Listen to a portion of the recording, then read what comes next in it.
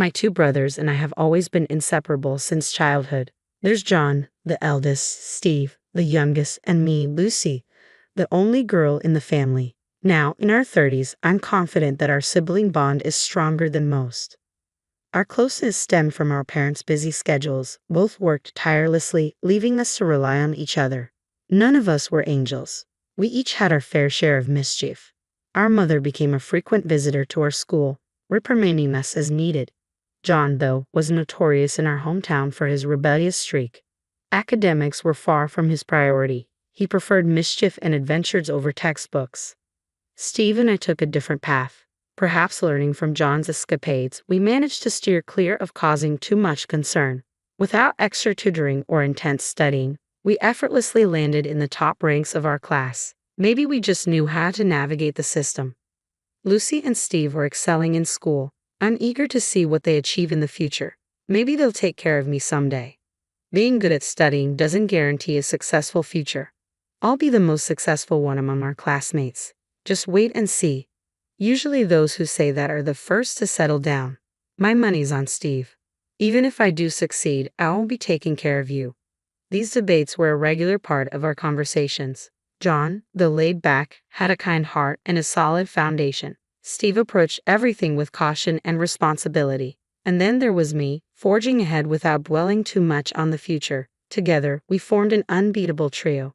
John started at a public high school but dropped out after 6 months, drifting through life ever since. He never held a steady job, occasionally pitching in at a friend's auto shop or local bars, simply going with the flow.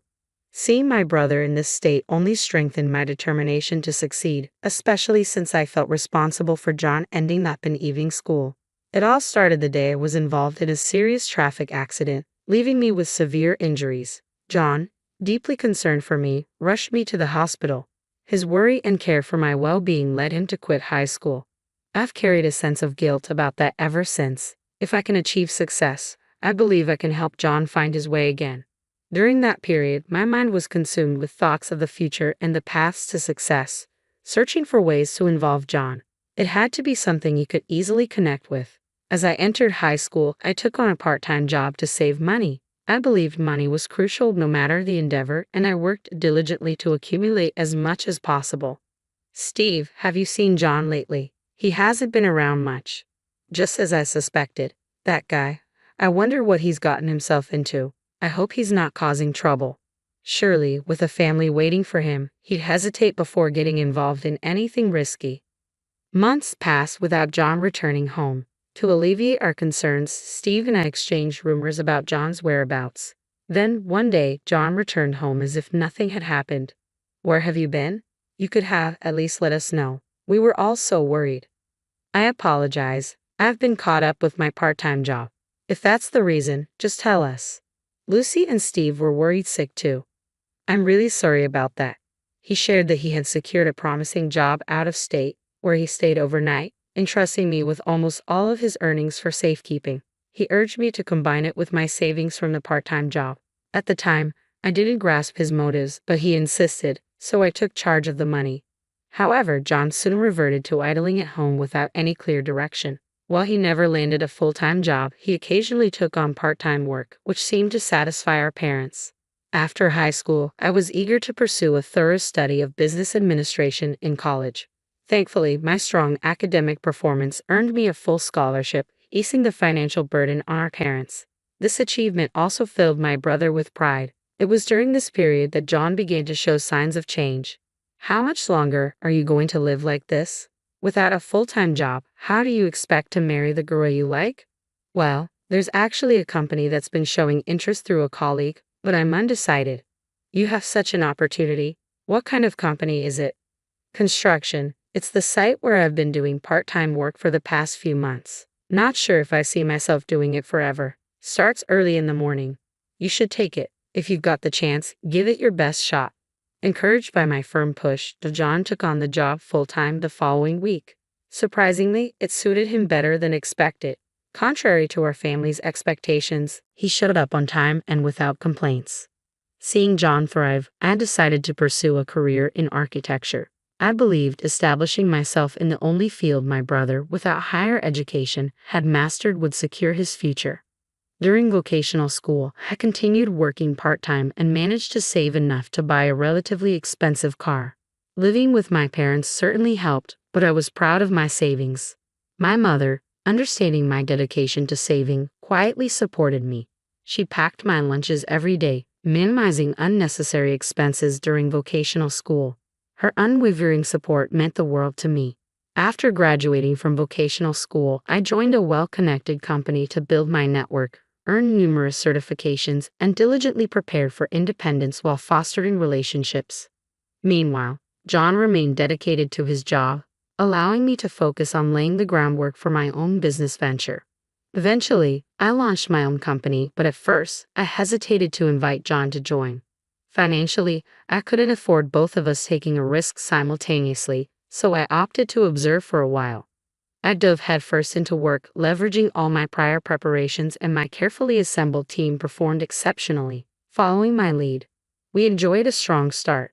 During this time, John moved out of our parents' home and began living independently, which made our meetings less frequent. I, too, was consumed with work and couldn't keep in touch regularly. A year into running my business, I finally extended an official offer to him. John, my company is finally stable now. I have something else to offer you. What I want to do next is expand the business further, and I need your help. Can you assist me? I don't think there's anything I can do. I want you to become the president of the current company and take a leading role. What? That's impossible for me. You need to consider who you're asking. I'm asking you sincerely and with careful thought. Plus, the money you entrusted to me earlier, I used part of it as capital when I started the company. I convinced John to join me and paired him with the secretary who seemed to click well with him, ensuring he learned all the ropes of the company.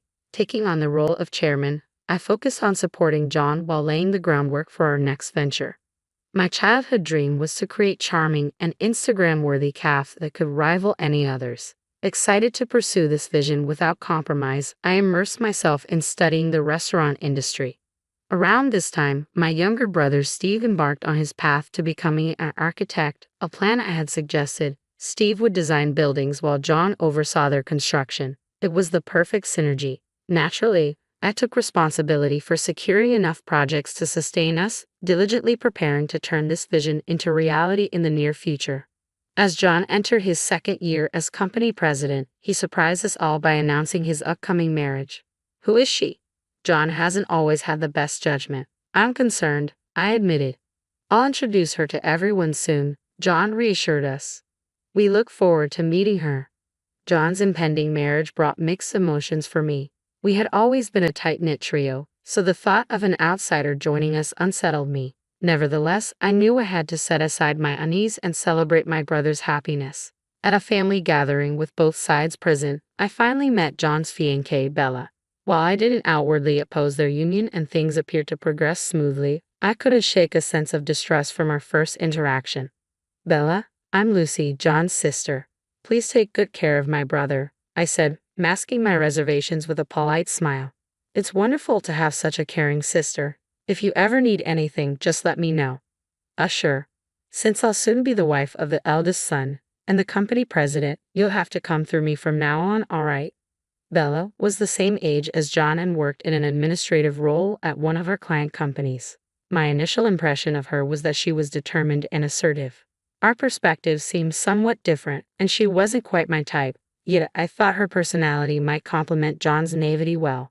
Steve shared my thoughts, but we both agreed to support their marriage for now. She seems a bit serious, but if John loves her, we're behind you both. Wishing you all the happiness.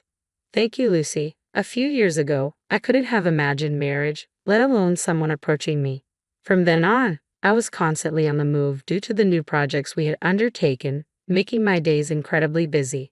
Meanwhile, John was fully occupied with wedding preparations, spurred on by Bella's desire for an early ceremony. Before we knew it, the wedding day had arrived. Since the family gathering, I hadn't seen Bella or John. John, it's been too long. I've been caught up, but today I'm here to enjoy. Good to see you. Take a moment to relax and enjoy the food and drinks. As John prepared to marry, I couldn't help but feel a pang of sadness. The three of us had always shared laughter and conversation. Before the ceremony, we managed to exchange a few laughs, and seeing John's happiness, Steve and I felt reassured. As the ceremony began, I savored a delightful meal, catching up with Steve and my parents after a long time apart. Our company's employees were seated diagonally behind our family, lively in their own conversations. It was during this chatter that the bride and groom began visiting each table in order. John, Bella, congratulations on your special day. Thank you, and thanks to everyone for being here. Thank you all for coming. From now on, my husband's team is my team. I expect your continued dedication and hard work. I couldn't believe my ears. In the midst of the wedding ceremony, what was Bella saying? Unable to hold back, I responded. Bella, the employees are strictly part of my brother's company. They aren't your employees. Oh, I'm well aware of that. My dear, opinionated sister-in-law, you're part of the family now. Her tone was mocking and it cut through the air, momentarily chilling the atmosphere. But then, unexpectedly, laughter erupted from the employees seated nearby. What? I'm going to be the wife of your CEO. Are you mocking me? Bella, please. Bella, do you know who our chairman is? Huh? Chairman? I haven't been introduced to anyone like that. I don't know. It appeared John hadn't briefed her and she was unintentionally rude to me due to her ignorance. Those in the know couldn't help but chuckle at the situation. The reception hall, once lively, fell silent, the mood shifting dramatically. I never expected you to say something like that here. It's disappointing. Huh? I'm marrying the CEO, becoming the spouse of the most important person. Isn't that natural? The reason I stand here today is all thanks to Lucy. She founded the company and appointed me CEO. Everything is thanks to Lucy. She's our chairwoman. What? What's this? Why wasn't I informed? Realizing she was the only one unaware, Bella was furious. Despite her inner turmoil, she should have maintained a smile throughout the reception. I apologize, but given your true feelings, I've reconsidered. Let's consider this marriage null and void. John, that's extreme. I've shown poor judgment. I apologize to everyone. John bowed deeply to the guests in the hall. The wedding ceremony came to an abrupt end, and people dispersed. Later, I learned that Bella had grown up in poverty, dreaming of marrying a wealthy man for a better life. Meeting John, she seemed determined to fulfill that ideal. After the disrupted ceremony, Bella repeatedly begged John to reconsider, but he remained resolute in his decision to end things. During their relationship, Bella had always appeared respectful and reserved around John, so her confrontational behavior towards others surprised him. He confided in me that he found it difficult to trust women and intended to focus solely on his career. His dedication paid off, and he excelled at work. Meanwhile, my dream of expanding our shops became a reality, and Steve achieved his goal of joining our company after passing his exams. Despite our professional achievements, all three of us remained single, which was a source of quiet sadness. I remembered our rare gathering together. Do you have anyone in mind to marry, Lucy? I'm really into my work right now. Marriage and kids aren't on my mind yet. Same here. As long as we're happy, that's what counts. I'm not keen on marriage either. How about building a house then? John could move back and we could all live together. Steve's proposal caught me off guard amid our busy lives. Over the years, we've focused on ourselves, but now the idea of following in our parents' footsteps and caring for them seemed fitting. While the company was making progress and taking shape, there was still much to do before we could call it a success. Starting with a home as a base and building our future together sounded like a solid plan. I rarely agreed with Steve's suggestion. Steve, that's brilliant. What a wonderful idea. Exactly. Steve, you handle the design. Lucy, find us the perfect plot of land, and I'll build us a spectacular house. This was the exact scenario I had always dreamed of, achieving something together with my brothers. We've been a team since childhood, and I'd always hoped we could carry that bond into adulthood. My brothers and I, right then, I felt fearless about the future. Even if I never marry or find a partner, I have strong allies by my side. With them, I'm confident I can continue pursuing what brings me joy.